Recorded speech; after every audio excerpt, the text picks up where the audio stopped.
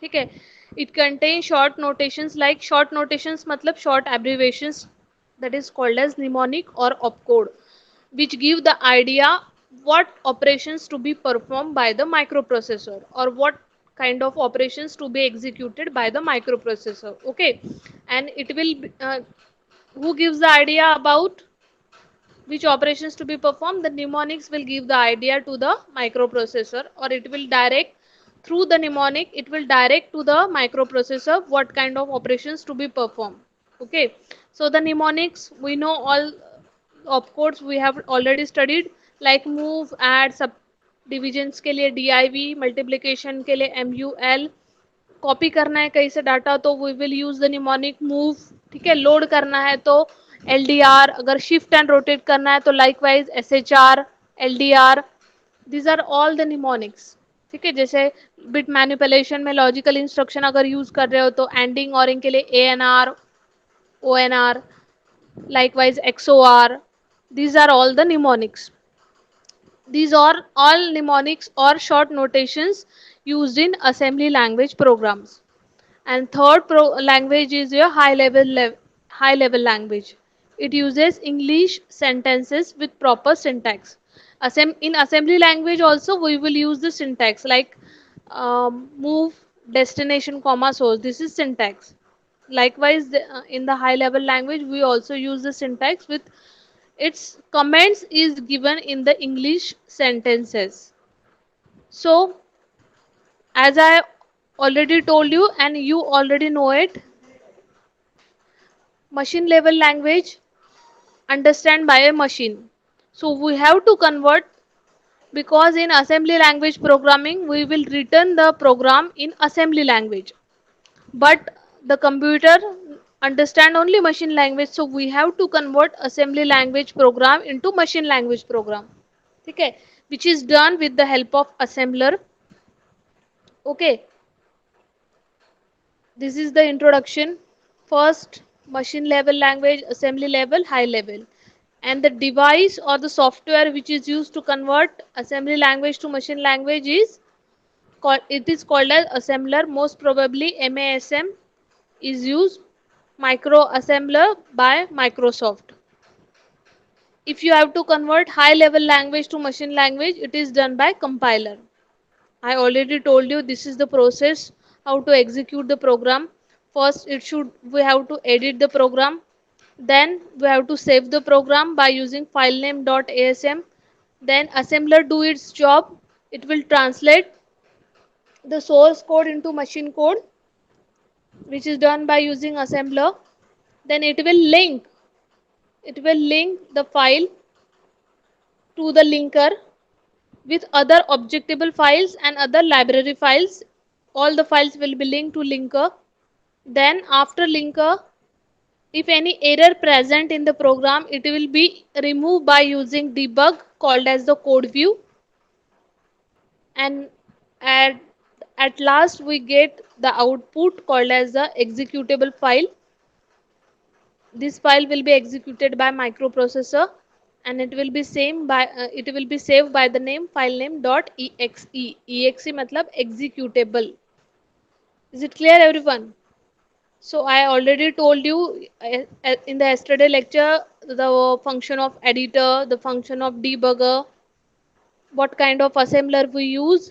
There is different types of assembler like MASM, mask, micro assembler from Microsoft, TASM, turbo assembler from Borland, NASM, which works on both Windows and Linux, GNU.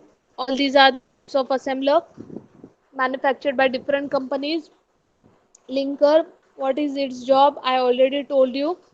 कल का lecture जिसने किया होगा उनको पता है. Now this is the program format we have to study here. Assembly language programs like addition of two 8-bit number, addition of two 16-bit number, multiplication of two 16-bit number, division. Likewise, this is the assembly language program format कोई भी चीज का एक format होता है. ठीक है. So this is the program format. First we have to initialize the name or the aim of program for addition of two 8-bit number, and here on the right side there is a comments और remarks, कौन सा आप क्या कर रहे हो, that is called as the comments, उसकी comments इधर आएगी. Okay, so we have to assume the code segment and data segment, क्योंकि हम लोग अरिथमेटिक ऑपरेशन परफॉर्म कर रहे हैं, एडिशन कर रहे हैं, मतलब अरिथमेटिक ऑपरेशन परफॉर्म कर रहे हैं, तो उसमें हम लोगों को कोड सेगमेंट की जरूरत होगी और डाटा सेगमेंट की भी जरूरत होगी. तो we will initialise it by using C S and D S. C S stand for code segment, D S stand for data segment. ठीक है, we have to initialize first what data we have to take in to add to 8-bit number, which is include in assembler directive. Okay, assembler directive gives the idea or direct to the microprocessor. ठीक है, और to the central processing unit, कि direct करना मतलब initialise करना कि कौन सा डाटा ले रहे हो. अगर दो 8 बिट का नंबर ले रहे हो तो वो कौन सा नंबर है, कौन सा कंटेंट है. So it will be defined by using n1 and n2. First n1 मतलब फर्स्ट नंबर, n2 मतलब सेकेंड नंबर. इन दो नंबर्स को आपको ऐड करना है, 8 बिट नंबर्स को ऐड करना है. n1 8 बिट का नंबर है मतलब defined byte, n2 defined byte 8 bit के नंबर से इसलिए बाइट फॉर्म में ले रहे हैं, defined byte. DB stand for defined byte. 2fh 0eh, this is the 8 bit data. Okay, you have to add this 2fh with oeh. Okay, next, अभी addition करने के बाद जो भी रिजल्ट आएगा उसको आप इंडिकेट करोगे सम से, SUM. दो नंबर का ऐड कर रहे हो इसलिए सम, SUM. ओके, 8 बिट की एडिशन 8 बिट में ही आएगी तो define byte. And you have to create one array to save the result. Okay, so sum db1 dup operator in the bracket, जो भी आंसर आएगा इट इज अनइनिशियलाइज बाइट, मतलब जो भी आंसर आएगा वो आपको पता नहीं इसलिए ब्रैकेट में क्वेश्चन मार्क दे दिया. बट वो रिजल्ट कहाँ सेव होगा, अरे सेगमेंट्स में सेव होगा by the name sum, SUM, sum. ठीक है, so we have to create by giving this, it will create an array and there you can save the result of addition by the name sum, SUM. Okay, uninitialized byte matlab you don't know the answer, after giving all the instructions the result will generate.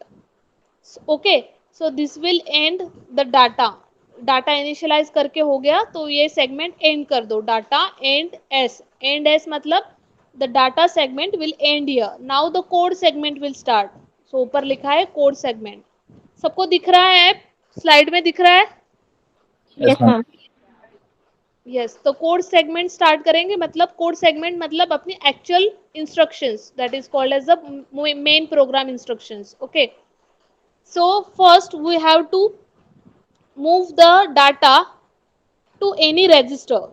तो मैंने क्या बताया था, जब भी whenever we perform arithmetic operations then one data must be present in the accumulator register. Whatever arithmetic and logical operations will be performed in the accumulator. तो एक कोई भी डाटा accumulator register में होना चाहिए. तो n1 जो अपना डाटा है, n1 is your data, first number n1 मतलब फर्स्ट नंबर जो है 2fh, तो उसको मूव कर लिया al में. The copy we will by giving the instruction move al comma n1, it will copy the number 1 that is 2fh into the al register. ठीक है, this is a register addressing mode. Okay, sorry, immediate addressing mode, जिसमें आप number को initialise कर रहे हो. ठीक है, n1 की जगह 2fh भी लिख सकते थे. ठीक है, क्लियर. नेक्स्ट, अभी दूसरा भी डाटा किसी रजिस्टर में होना चाहिए. ठीक है, अगर रजिस्टर में नहीं होगा तो वो ऑपरेशन परफॉर्म नहीं होगा. तो दोनों डाटा को अपन को n1 और n2 दोनों डाटा को अपन को किसी रजिस्टर में मूव करना पड़ता है. एक al में ले लिया तो दूसरा bl में ले लिया. ठीक है, lower byte of register b and al मतलब lower byte of register a stand for accumulator. Okay, so n2 number will be copy into the bl register. Then अभी रजिस्टर्स में दोनों डाटा आने के बाद ऐड कर लिया by giving the instruction add. Mnemonic कौन सा यूज किया एडिशन करने के लिए, ADD, add. AL comma BL, मतलब दोनों रजिस्टर में जो कंटेंट है उसको इसका एडिशन हो गया। अभी रिजल्ट कहाँ से होगा, एक्यूमुलेटर रजिस्टर में ही सेव होगा। ठीक है, तो वो रिजल्ट को अभी अपन को अरे पे शिफ्ट करना है बाय द, जो अपन ने क्रिएट किया था उसको नाम दिया था SUM सम। तो अभी AL का जो कंटेंट है, रिजल्ट है, उसको मूव करना है सम पे। ठीक है, अभी हो गया, पूरी प्रोसीजर कंप्लीट हो गई। यहाँ पे कोड एंड्स हो गया, code segment will end here और final program will be ended here, END। ठीक है, तो ये सारे डायरेक्टिव्स होते हैं। असेंबलर डायरेक्टिव मतलब असेंबलर को आप डायरेक्ट कर रहे हो, what operations to be perform, where to write the data, where we have to move the data, this is called directive, assembler directives. And data directive मतलब data कौन सा ले रहे हो, बाइट में ले रहे हो, वर्ड में ले रहे हो, डबल वर्ड में ले रहे हो, क्वाड वर्ड में ले रहे हो, ये सारे डाटा डायरेक्टिव के सिंबल्स है। अगर बाइट है तो define byte, define word, DB, DW, DD मतलब double word, quad word, 10 bytes. Okay, this is the data storage directive. And assembler directive मतलब असेंबलर को आप डायरेक्ट कर रहे हो, क्योंकि असेंबलर क्या करने वाला है, जो भी आप कोडिंग लिख रहे हो, जो भी इंस्ट्रक्शंस आप लिख रहे हो, उसको ट्रांसलेट करने वाला है टू द मशीन लैंग्वेज। ठीक है, तो पहले असेंबलर को बताना पड़ेगा कि आप कौन सा डाटा किस रजिस्टर में ले रहे हो, कौन सा डाटा ले रहे हो, बाइट फॉर्म में है, वर्ड फॉर्म में है, वो सब बताना पड़ेगा। So there is two type of directive, assembler directive and data directive. Is it clear everyone? So this is the data directive. These symbols used for data types. There is different type of data. 8 bit का data है तो bite, 16 bit का data है तो word, ठीक है, 32 bit का data है तो डबल वर्ड, ओके, 64 बिट का डाटा है तो क्वाड वर्ड। ऐसे different data types we will use. उसके कुछ एग्जाम्पल्स हैं डाटा डायरेक्टिव एग्जाम्पल, जैसे number 1 define byte 4, 4 is a decimal number, so initialise variable n1 मतलब number 1 with value 4 in decimal, n2 define bytes AFH, initialize variable n2 with value AF in hexadecimal। वैसे ही जैसे कि सम अरे create किया और उसको नाम दिया SUM सम, वैसे ही ये कोई नाम दे दिया file define bytes with this any file name and allocate 6 byte with variable name। 6 byte का अरे क्रिएट कर लिया, उसमें हर एक अरे में वैल्यू असाइन कर लिया, मतलब आपका रिजल्ट असाइन कर लिया 6 बाइट का अरे, और उसको नाम दे दिया। ठीक है, समझ में आया? जैसे कि सम, SUM सम कितने बाइट का अरे क्रिएट करना था, एक ही बाइट का, यहाँ पे 6 बाइट का दिखाया है। सम इंडिकेट करना है तो सम नाम दे देंगे उस अरे को, और एक बाइट का अरे उसमें रिजल्ट सेव हो जाएगा। Is it clear everyone? वही DUP ऑपरेटर कैसे वर्क करता है, N1 DB 100 DUP in the bracket 0 मतलब क्रिएट 100 बाइट्स ऑफ अरे, क्रिएट 100 बाइट्स ऑफ अरे विथ वैल्यू 0 इन ईच अरे। 100 बाइट्स का एक अरे क्रिएट करो और उसमें हर एक 100 अरेज में कौन से वैल्यू असाइन करो, 0 वैल्यू असाइन करो। ठीक है, जैसे कि N2 define word 5 DUP in the bracket question mark. इसका मतलब होता है यू हैव टू क्रिएट 5, जो ब्रैकेट के बाहर जो नंबर होता है उतने आपको अरेज क्रिएट करने होते हैं, और जो ब्रैकेट के अंदर जो वैल्यू होती है that is value assign to that array. So you have to create 5 arrays of uninitialize word, मतलब क्वेश्चन मार्क है मतलब अनइनिशियलाइज, पता नहीं है आपको क्या रिजल्ट है कि अरे में कौन सी वैल्यू असाइन होने वाली है, इट इज नॉट गिवन। सो यहाँ पे इसलिए क्वेश्चन मार्क दिखा है, दैट इज कॉल्ड एज अनइनिशियलाइज। और डिफाइन वर्ड मतलब अनइनिशियलाइज वर्ड, और DB होगा तो create 100 bytes of array with value 0 in each array, it is in a byte, it is in a word। ठीक है, this is your program to add two 8 bit numbers. कल देखा था हम लोगों ने, ये सेम जैसे प्रोग्राम फॉर्मेट में देखा सेम वैसे ही। टू ऐड 16 बिट नंबर, ये देख लो, program to add two 16 bit numbers.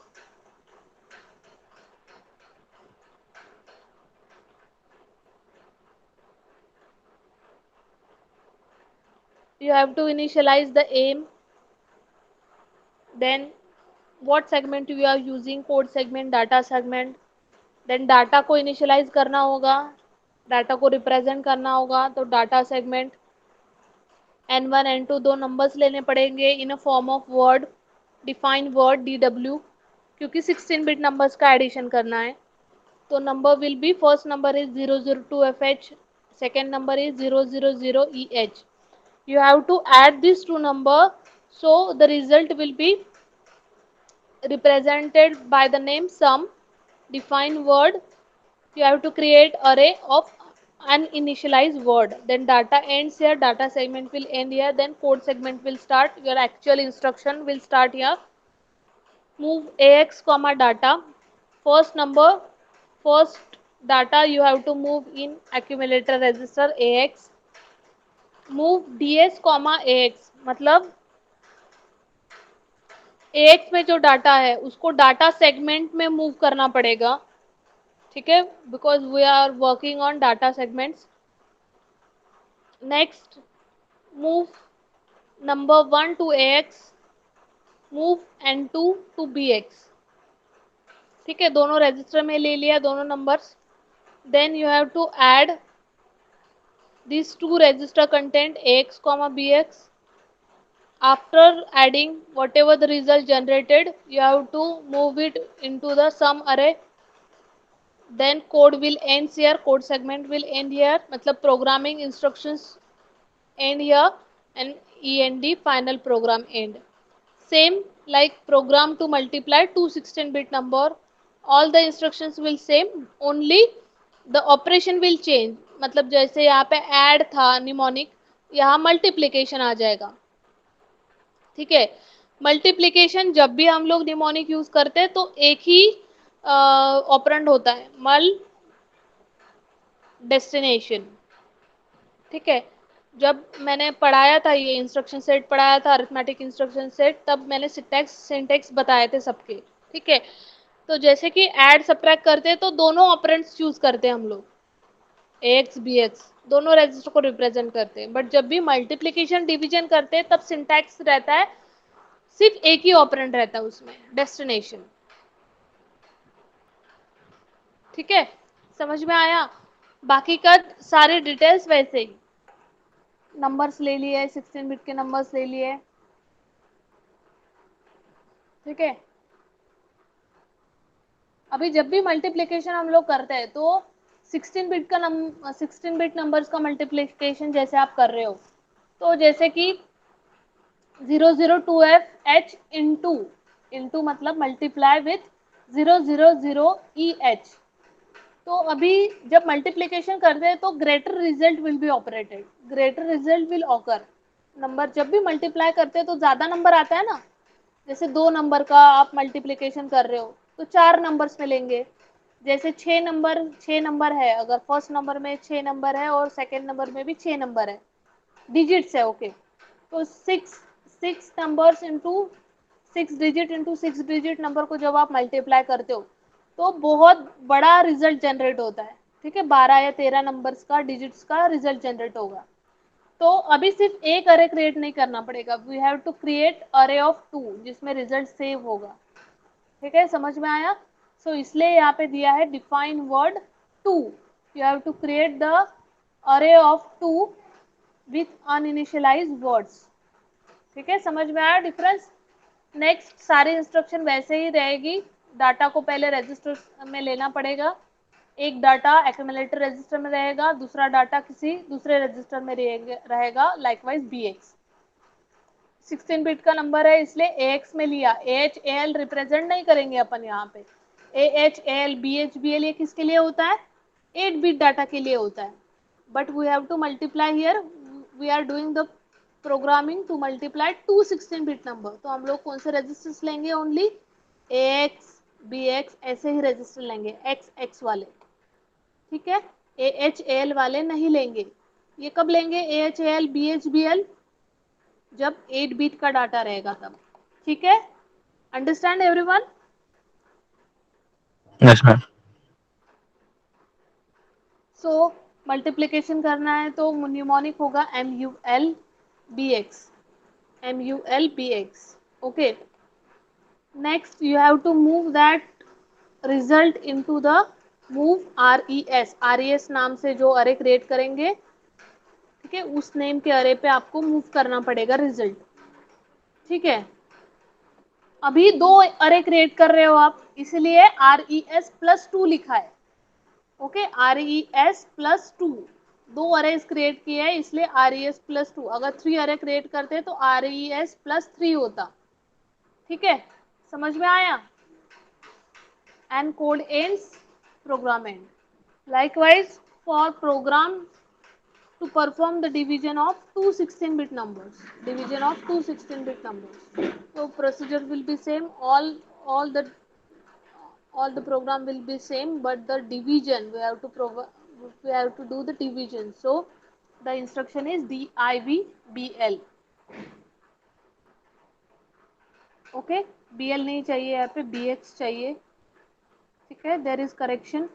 और जो भी आप अरे क्रिएट कर रहे हो उसको किस नाम से सेव कर रहे हो, RESQ से सेव कर रहे हो। क्रिएट,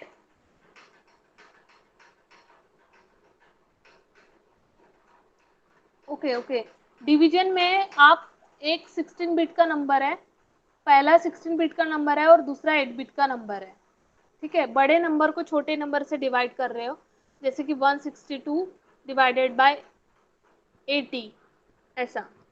ये मैं डेसिमल नंबर्स का एग्जांपल्स ले रही हूँ। यहाँ पे फर्स्ट नंबर लिया है OF2FH hexadecimal data 16 bit data, और सेकंड नंबर जो लिया है वो लिया है 0EH, वो 8 बिट का डाटा, इसलिए define byte. Okay, define word define byte, समझ में आ गया डिफरेंस।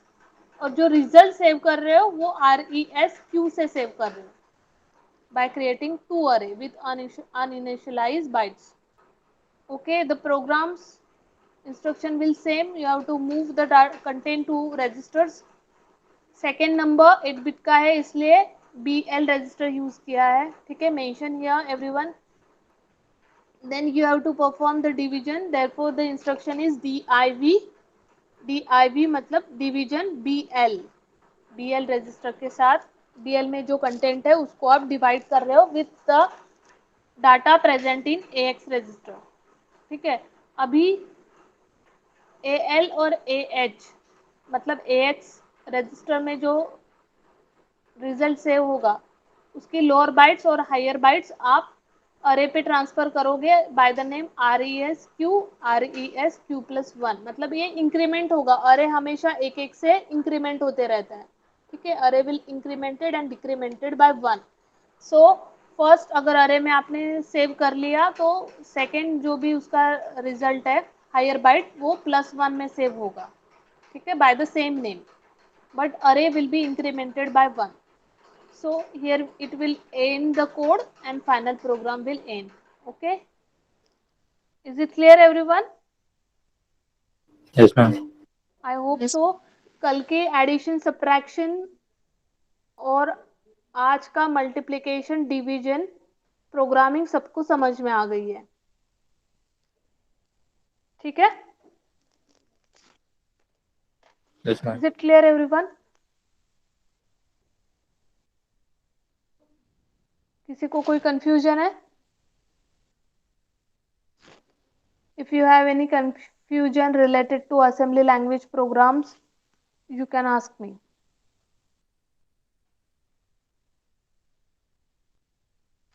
मैम ये प्रोग्राम कोड कहाँ पे करते हैं? प्रोग्राम कोडिंग कहाँ करते हैं? हाँ, सॉफ्टवेयर होता है उसका, MASM बताया ना मैंने, MASM असेंबलर में करते हैं। Software MASM is a software micro assembler bye Microsoft. इस सॉफ्टवेयर पे एक सॉफ्टवेयर होता है, उसमें अपन सारी इंस्ट्रक्शन, जैसे सी का सॉफ्टवेयर होता है ना, सी लैंग्वेज का सॉफ्टवेयर होता है, C++ का होता है, जावा, MCQ, जितनी भी लैंग्वेजेस होती है ना वो सॉफ्टवेयर पे परफॉर्म करते हैं ना हम लोग। सॉफ्टवेयर में पहले इंस्ट्रक्शंस लिखते हैं, फिर उसको एग्जीक्यूट करते हैं, रन करते हैं, लाइकवाइज वैसे ही सेम, ठीक है, सॉफ्टवेयर पे करते हैं। Any other question?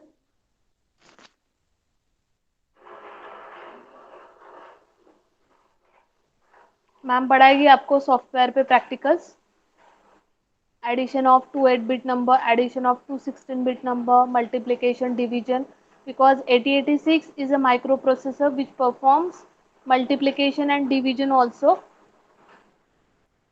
So practicals में है ये आपका multiplication, division of two 8-bit number, two 16-bit number, तो वो मास्क इस सॉफ्टवेयर पे आपका परफॉर्मेंस होगा, सारी प्रोग्रामिंग, ठीक है। Yes ma'am. फिर बाकी लोगों को भी बताओ कि लेक्चर्स ज्वाइन करो करके, और तुम लोगों को यूनिट टेस्ट का सिलेबस ये मिल गया है कि टाइम टेबल? Yes ma'am. 27 से यूनिट टेस्ट है, 10 मार्क्स की यूनिट टेस्ट होने वाली है, जिसमें 10 MCQs रहेंगे ऑन टॉपिक यूनिट 1, यूनिट 2, ठीक है। सीरियसली देना है यूनिट टेस्ट को, इंटरनल असेसमेंट मार्क्स उसी पे बेस्ड रहने वाले हैं। Is it clear everyone? Unit 2 हम लोगों ने अभी स्टार्ट किया है, रिलेटेड टू इंस्ट्रक्शंस रिलेटेड ही क्वेश्चंस रहेंगे उसमें, जो मैं अभी पढ़ा रही हूँ वही उसी पे बेस्ड क्वेश्चंस है, ठीक है। टॉपिक के बाहर कहीं क्वेश्चंस नहीं रहेगा। असाइनमेंट ट्यूटोरियल सब लोग सॉल्व करके भेज दो, असाइनमेंट नंबर 2 और